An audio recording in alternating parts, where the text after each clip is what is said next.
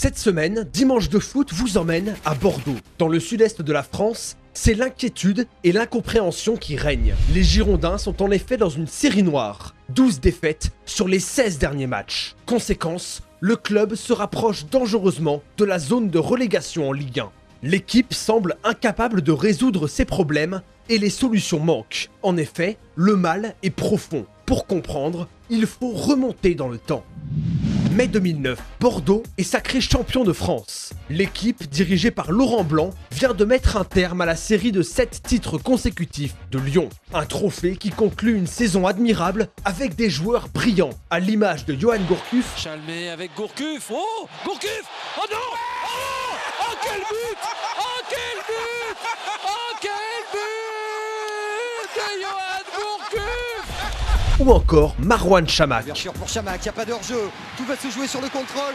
Le but de Chamakh, le voilà. Marouane Chamakh qui libère Bordeaux. Et le bord de Bordeaux, le stade Chaban-Delmas qui explose.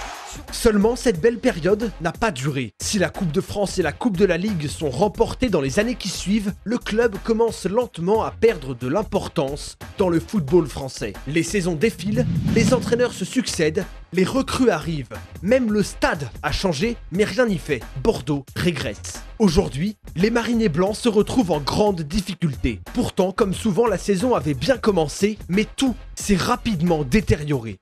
Et les choses pourraient encore empirer si la star brésilienne, Malcom, venait à quitter le club. Ses exploits font chavirer les supporters match après match et il porte parfois le club à lui tout seul, grâce à son talent fou.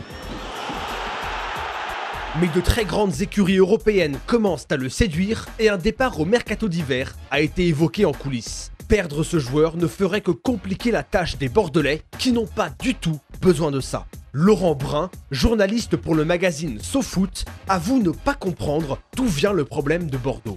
On ne sait pas, on dit bon Bordeaux, il y a pas de pression aussi, il y en a quand même de la pression, il y en a, mais le problème c'est que est-ce qu'elle est mal canalisée, j'en sais rien, il y a quand même des conditions pour travailler, parce que ça il faut pas le nier, mais il y a un mal qui est profond. À quel niveau? On n'en sait rien en fait. L'incompréhension est la même chez les supporters. Je sais pas. Je pense pas qu'il y ait uniquement le départ de Laurent Blanc. Je sais pas, il s'est passé quelque chose. Le soutien des fans est toujours là, mais l'inquiétude grandit. La tension monte, le public réclame du changement. On se pose des questions, alors supporter on est encore là, mais je pense que ce serait bien d'avoir vraiment un vrai buteur. Ça nous manque. Mardi 16 janvier, Bordeaux reçoit Caen. La victoire est impérative pour se rassurer. De plus, avec leur victoire du week-end précédent face à Troyes, les Girondins espèrent enfin relancer une dynamique positive. Conséquence de la météo, de la mauvaise dynamique sportive et de l'horaire inhabituel du match, le stade est loin, très loin d'être plein au coup d'envoi.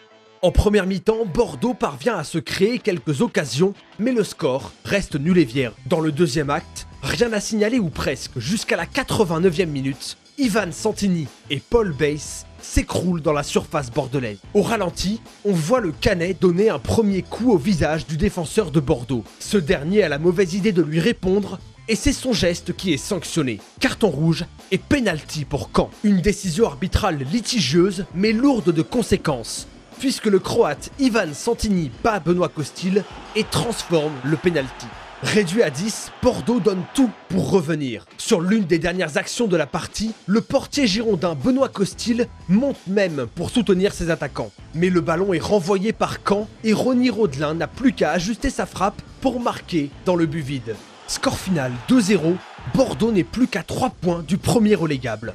La situation devient de plus en plus difficile.